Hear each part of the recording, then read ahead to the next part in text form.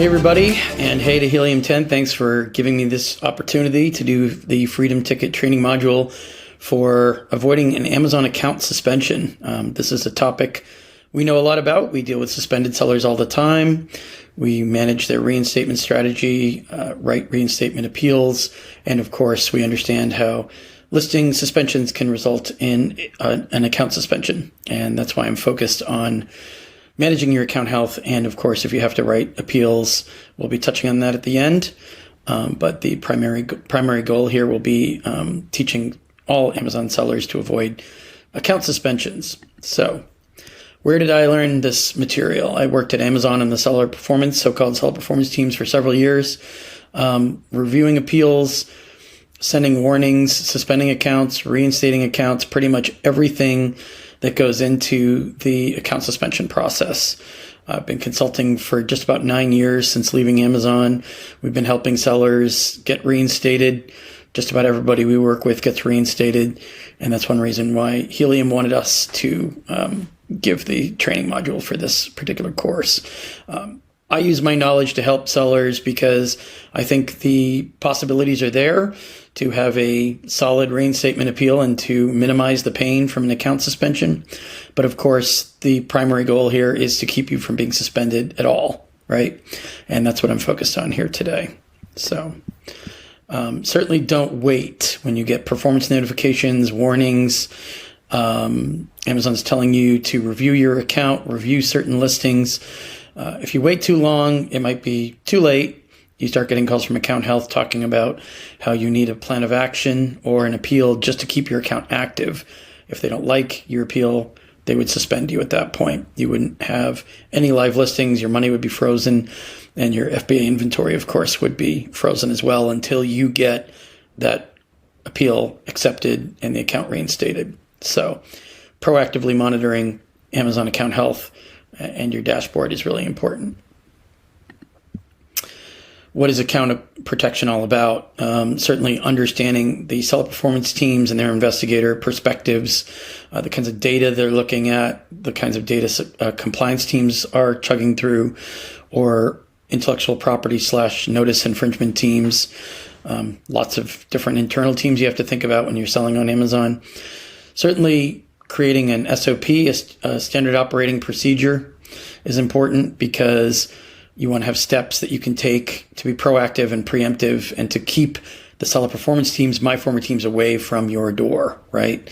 You don't want them reviewing your account too many times. The more times they touch your account, the more likely they are to ponder whether or not you need to be suspended or asked for an appeal to keep your account from being suspended. And of course, we're going to talk a lot today about effective communication with Amazon. I understand that Amazon sellers struggle to understand Amazon's communication with them sometimes. There's a lot of generic language, a lot of generic copy and paste type templates. Unfortunately, your communication back to them has to be 10 times stronger than their communication to you. That's just kind of the rules of the game right now. But it's one of the things we'll be talking about. So setting things up right the first time you're a small or medium-sized brand owner, maybe just starting to work with new manufacturers, make sure you have a good relationship with them, communication and otherwise, good quality control, expert knowledge of your own products, expert knowledge of their operations. You get the trademark registered, your IP is all locked in, trademarks, copyrights, patents. You're in brand registry after having registered your trademark, and you're prepared to sell on Amazon. You've done all of those steps before you even create live listings or detail pages. You want to set up a process as well for proactively auditing your listings and understanding what the listing policies are and making sure that you're not making unsubstantiated claims, including language in your listings that doesn't belong there, per Amazon policy or per laws, local and federal laws. So those are some steps to think about. Who you need to hire if you don't know these things, or do you have employees in-house that understand what needs to go into your listing review process. Lots of risky practices. Many Amazon sellers, even new ones, are aware of the problems that could come up if they don't follow policies, if they break rules. I understand there are a lot of sellers out there who might be breaking some rules and getting away with it. They might even be some of your competitors. Two wrongs don't make a right. You don't want to copy them and get yourself into trouble by selling expired products that are unfit for the platform, hiring black hat services that tell you that they comply with Amazon's terms of service but don't. You want to have some processes to scrutinize what they're doing for you and how they're doing it. You don't want to turn a blind eye after you pay them.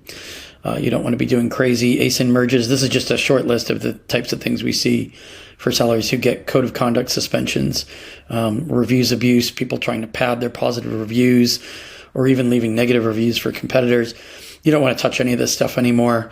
We know, again, that there are services out there pushing these types of tactics and practices. Don't fall prey to false claims. And also intellectual property-wise, don't make false allegations against competitors for rights ownership claims that are baseless. You could lose your brand registry. You could lose your whole account if Amazon catches on to that. Other avoidable mistakes, making assumptions about Amazon's investigative practices, about what they know, what they don't know, what they can see, or what they can't see. They probably know a lot more than you think. They just don't disclose it publicly. And making excuses during the appeals process. If you have to appeal an ASIN or a listing, blaming others is generally not going to go over well. They want you to take responsibility for things that you could have prevented before they were sizing you up for an account suspension. Or if your account health is poor, don't blame Amazon for not telling you enough information. Don't blame other sellers. Don't blame buyers. Blame doesn't go very far on Amazon. Take responsibility and act like a business owner is kind of how they see it. Don't use copy and paste templates when you need to communicate with Amazon. Your communication needs to be unique and custom. And certainly don't fall into this idea of we need to escalate every time Amazon tells you no or tells you they need more information. Even the term escalation is widely misunderstood by sellers. I'll talk about it in a later slide for this training module.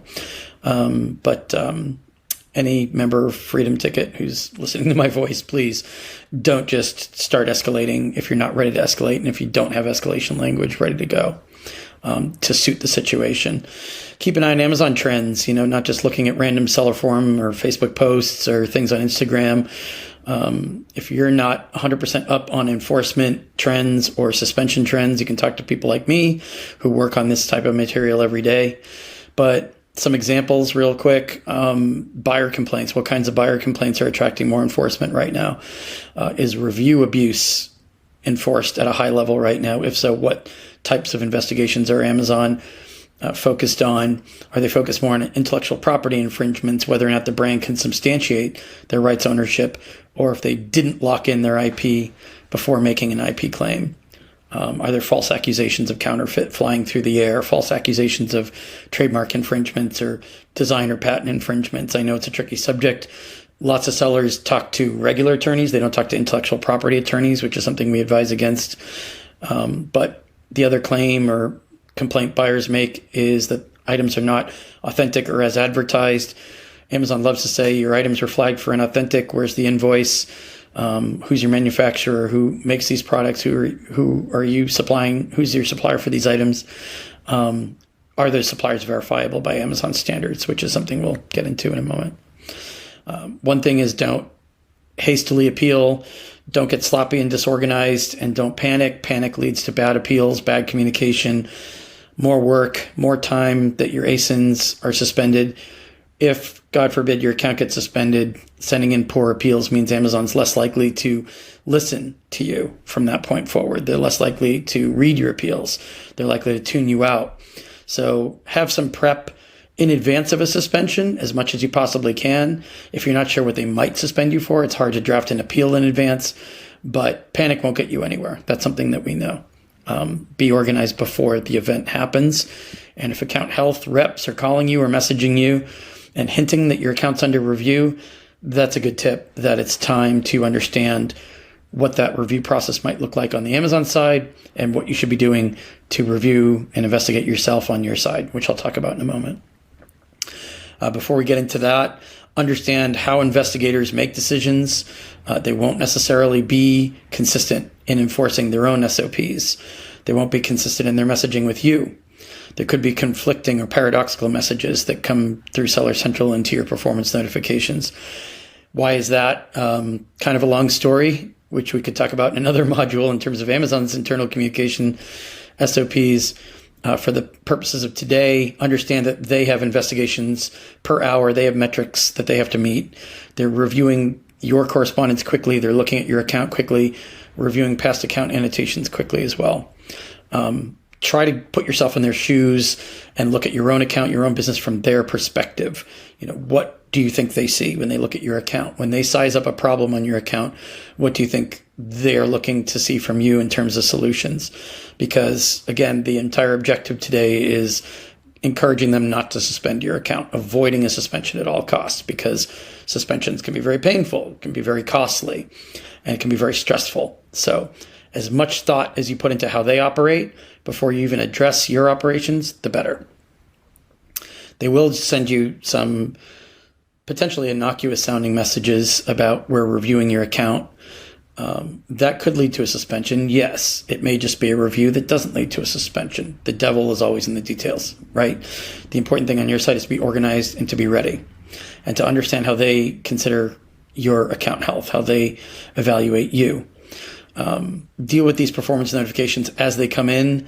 Don't hastily appeal, but also don't wait and stay stuck analyzing the situation. You eventually do have to appeal if they've asked you for an appeal on the ASIN level, let's say, or if they send you a policy warning. You have to know the nature of the infraction, the types of language that they're looking for, the types of material they want in your appeal.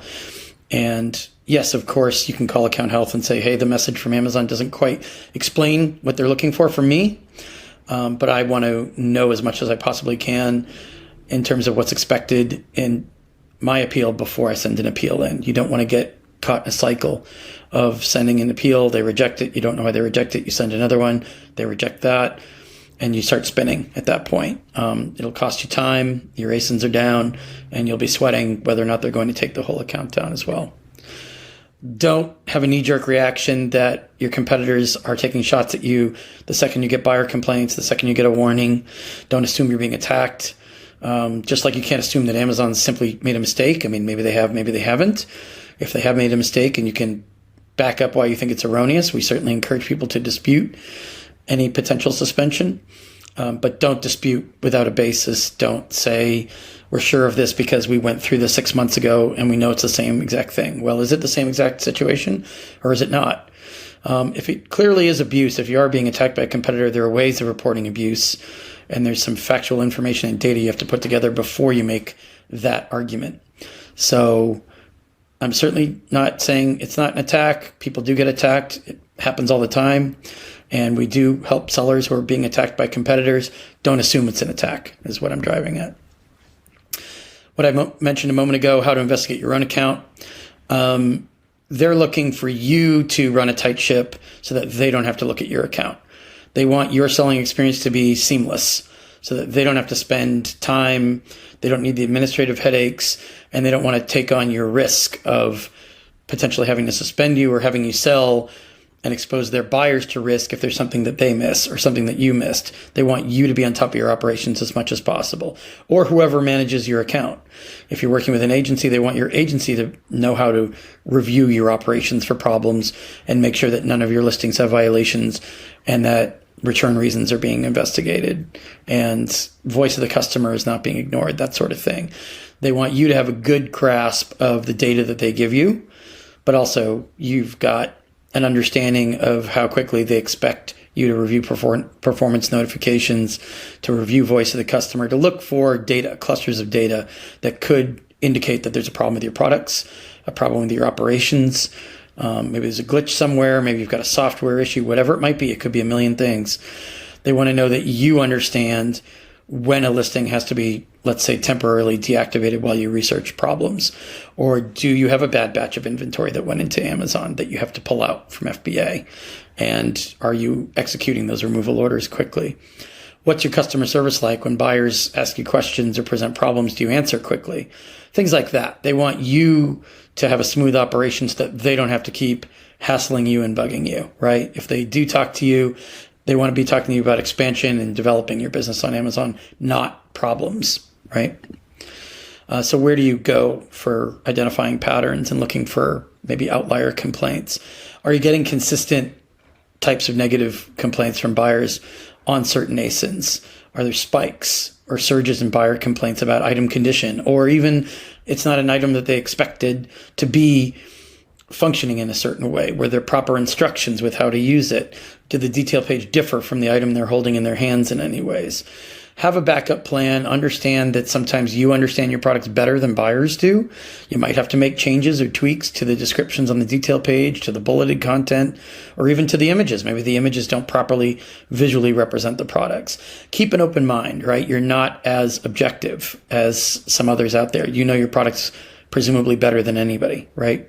So keep an open mind on what could be going wrong, what you might fail to communicate on the detail page to buyers, because you're not supposed to have a lot of interaction with the buyers pre-sale. The info is supposed to be there, easy to understand, and ready for them to make a buying decision. So let's get into some of the specific things we see people getting wrong that do lead to account suspensions. These are things you really have to focus on intently to avoid an account suspension. We worked with a lot of sellers in the past over the years who didn't take accusations of review abuse, review manipulation seriously, and thousands of account suspensions later, I think sellers now get the sense that they do need a strong compliance arm when they're promoting themselves, using different marketing techniques, let's say creating inserts for the product packaging and so forth. Basic steps here. Don't pay people to leave you positive reviews. Don't give away product. Even if you're not asking for a review, whether it's positive or negative, if you're giving away tons of product and it leads to a bunch of 5-star reviews, Amazon's going to flag that data cluster and investigate your account, possibly suspend it for manipulating the review process. It's supposed to be a neutral process. You're not supposed to have friends, family leaving you 5-star reviews just to get your product launched and to get you off on the right foot. Those are the don'ts. What do? There's right ways and wrong ways of promoting yourselves. You can work with influencer marketers. You can work with traditional marketers to boost sales rank and organically accrue positive reviews. You're not supposed to be overly dependent on little tricks or even black hat techniques, even if they're not yet seen or caught by Amazon, to massage your positive reviews and inflate your sales rank simply just by focusing on getting as many positive reviews as possible. Not a long-term healthy plan for selling on Amazon. Eventually that will get flagged. And of course, competitors can buy from you anytime they want. If they see something they could report, most sellers know how to report abuse a lot better now than they did a couple of years ago. When it comes to counterfeit or inauthentic complaints, we already talked about inauthentic a bit. Counterfeit isn't something that happens to a lot of private label brand owners, but occasionally people do try to use those buzzwords in terms of, I got a fake version of this product, I got an inauthentic version of this product. They're basically accusing you of, if it's a competitor especially, they're accusing you of lower quality materials in making the products, or just selling something different than what's on the detail page. But instead of flagging it as not as described or differently than described, they use buzzwords like counterfeit or fake. Just be prepared for Amazon to ask for invoices, supplier info. I mentioned it a moment ago. Manufacturer info. Make sure your suppliers have websites and impeccable supply chain documentation, especially if there are safety complaints, by the way. Amazon's algorithms and keyword scripts are designed to flag terms that buyers insert into complaints, or if a competitor is buying from you, things that they might say to get your listings flagged. Hazardous, this injured me, we had to go to the hospital, hospital, damaged, hurt, injury, things like that. Be prepared for terms like that to trigger a listing review. It might not actually suspend the listing, but Amazon might ask you to fill out a questionnaire for safety information, and in order to keep the listing active, they might want certain types of documentation from you as well. So inspect products regularly, of course. Product quality is really important. If you're outsourcing that to an agency, make sure you're monitoring the agency or the company that's doing it for you. Don't just assume they're doing a great job on it. Also make sure that if it's consumables or any items that could be flagged as hazardous or injurious, to buyers, make sure that you are having samples sent to you as well, not just straight to FBA from your manufacturer. Keep an eye on quality assurance in terms of the level of quality of the items that it's going into FBA. Make sure the packaging is solid, the items are properly secured inside the packaging. And also, if you're getting complaints, investigate yourself, not just why buyers are complaining. Investigate, well, did we miss some of these complaints? Should we have taken action sooner? Should we have changed manufacturers sooner or delisted the items until we knew if we had to change manufacturers because too many buyers were reporting that items were unsafe?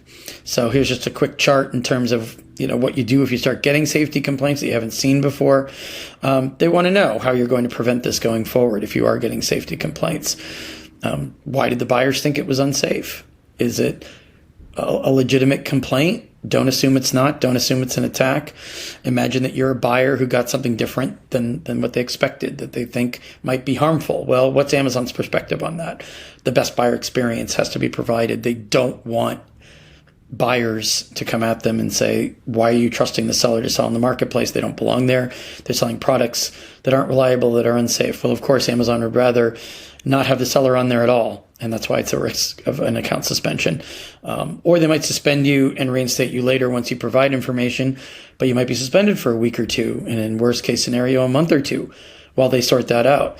You could have prevented that perhaps if you had documentation ready, SOPs ready, not just to write an appeal quickly, but truly investigated your own operations to see if something was going wrong that led to the production of unsafe products. And so while we're talking about your products, are you sourcing from a reliable manufacturer? Talked about that a little bit. How confident are you in the authenticity of the goods, in the integrity of those goods? Does the reliability of those goods go down? Is it inconsistent? Do you sometimes get a good batch, sometimes get a bad batch from the supplier? What are your quality control measures? Could they be improved? Could they be upgraded? Are you just assuming once you set it up, you can kind of forget about it for a while? You're doing some good sales and just launching new ASINs, or are you keeping an eye on the ASINs you've already launched to make sure that the quality is always there? Because sometimes Amazon won't land on either side of, yes, this is a good product or a bad product. They'll just say it's not a right product for our buyers. And you don't want them making that type of decision, because that means they're pulling the plug and giving up on allowing you to sell those ASINs. That could be something that you're preventing if you're keeping a keen eye on the manufacturing and the integrity of the process around quality control. Listing accuracy is paramount. Listing compliance is a huge hot button right now at Amazon, but of course, this is always an issue. You want to make sure that detail pages are accurate. You're not listing items, putting keywords and titles just to boost sales that might get the listing flagged for improper title language. Compliance violations. Are the products described accurately? Yes, but also are you breaking listing rules in terms of bullets on the detail page, in terms of image violations? Seems like a minor infraction. Obviously, if an image doesn't comply with their policies, you can swap it out quickly enough, but why give them a chance to review your account and maybe take an action against your listing and suspend the ASIN for something minor like that? Why give your competitors chances to look at your listings and pick out easy listing violations? If you're hiring a service to do this for you, make sure they have a compliance arm. Certainly don't want to pay for a service and then have them get you into trouble, right? That's extremely counterproductive, and it presents a big risk to your account. IP claims, intellectual property. Again, we recommend that you work with intellectual property attorneys, not general attorneys.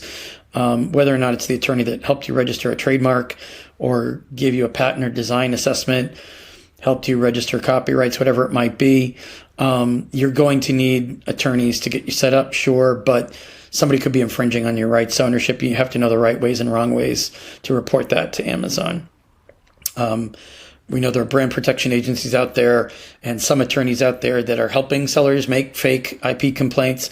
Again, those could get your brand registry revoked, which means you'll lose access to A+ content. And of course, you need brand registry for all sorts of reasons to protect your brand on Amazon.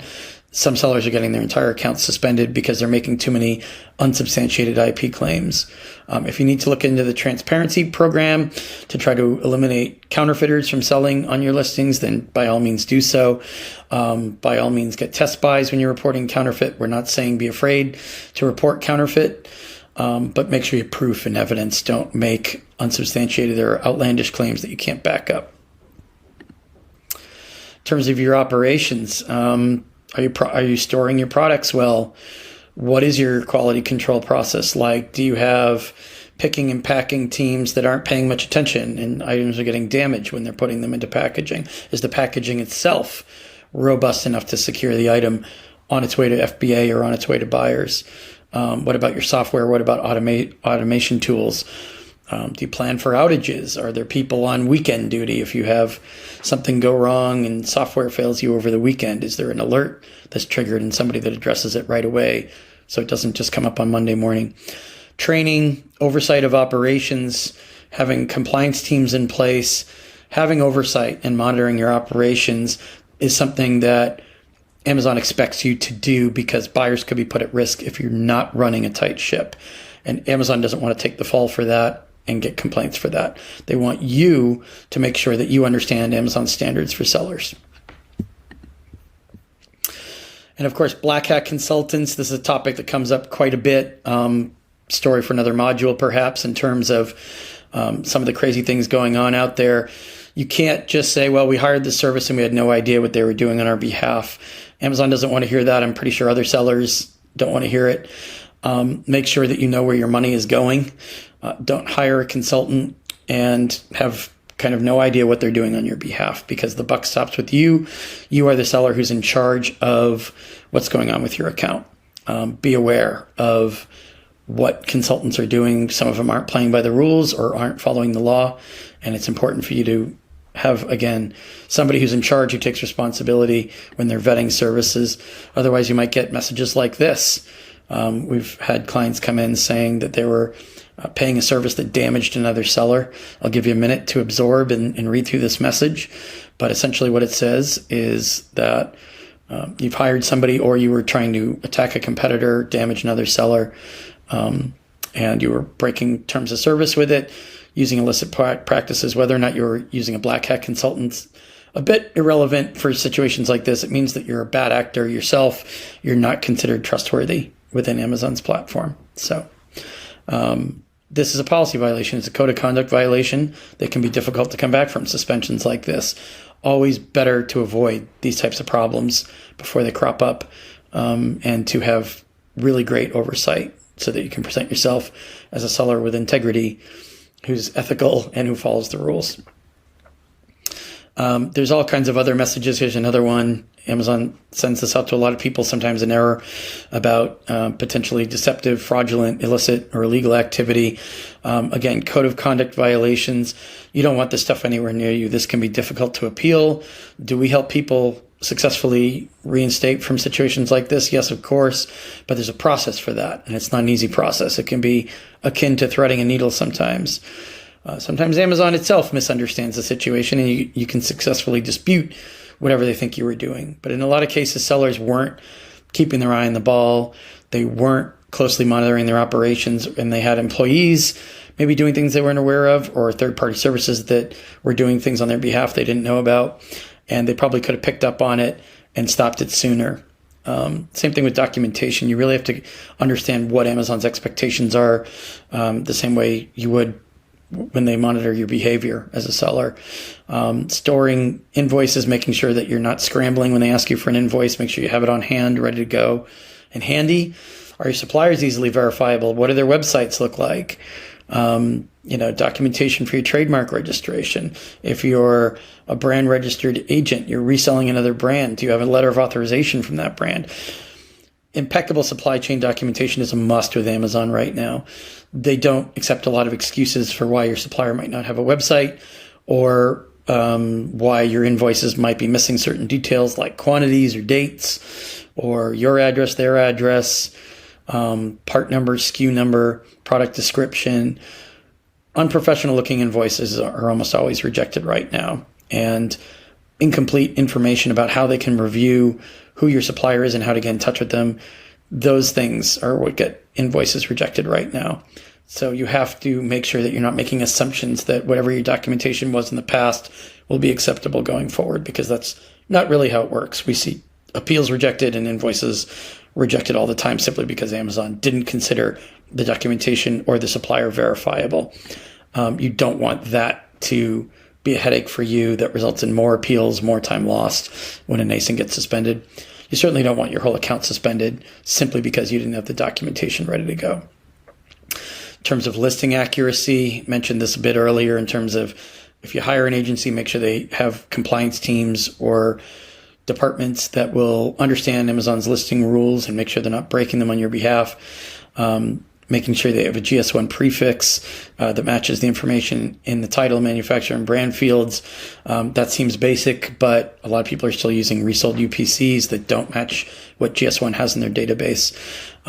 Again, another silly reason to get suspended. That's something you can easily double check in advance, as all listing rules can be double checked in advance before you go live with the listing. If you're not sure whether or not something complies or not, then don't go live with that listing until you're 100% sure. And don't assume that every service, like let's say listing optimization that you use, understands the compliance rules 100%. Double check that they understand compliance. Don't assume. ASIN variations is a hot topic. A lot of sellers tell us that they understand the variation policies and then show us their flat files or show us their variations. Most of the time, those are incorrect and they were properly flagged by Amazon. And we've seen those sellers appealing and disputing the suspension because they thought that they had their variations correct. I've put a few things here in terms of variation themes, making sure that you're not confusing quantity with things like size and color.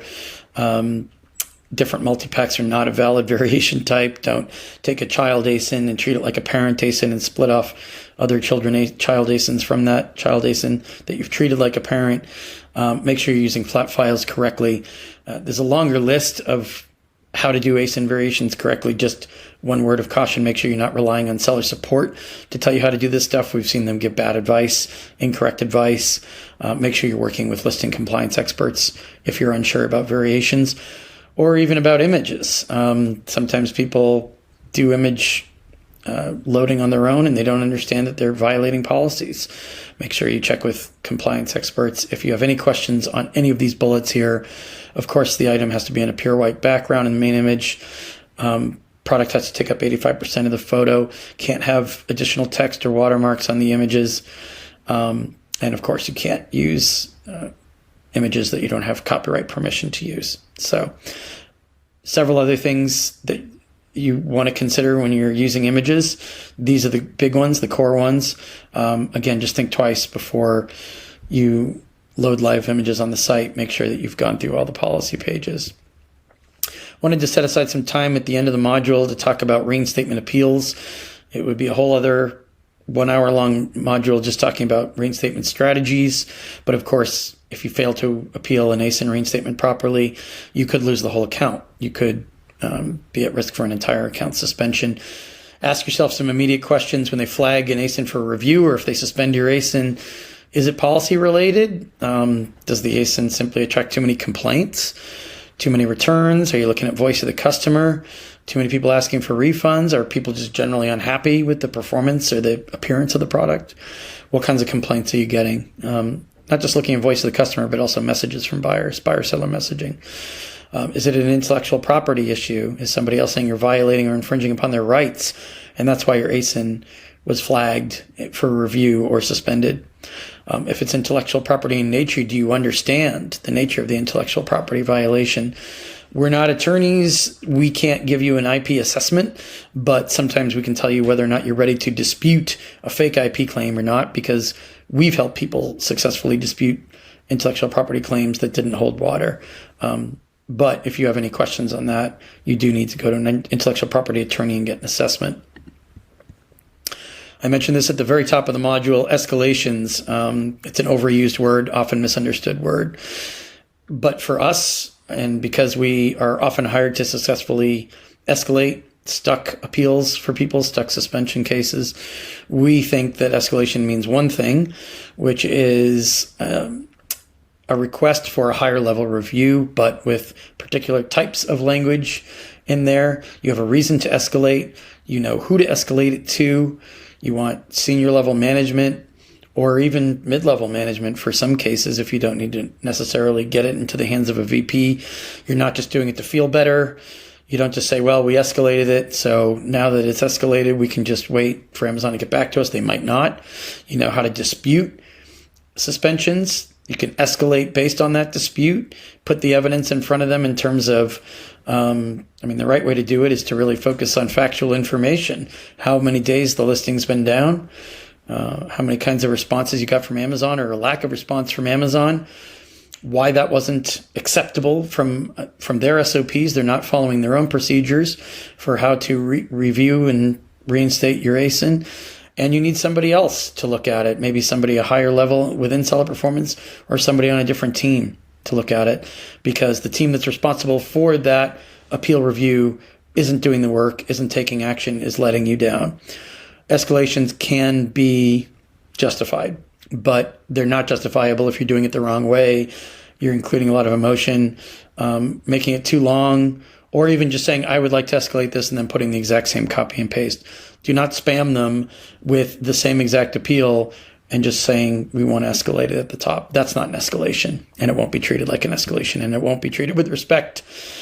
So escalations for ASIN level appeals and account level appeals are often misunderstood.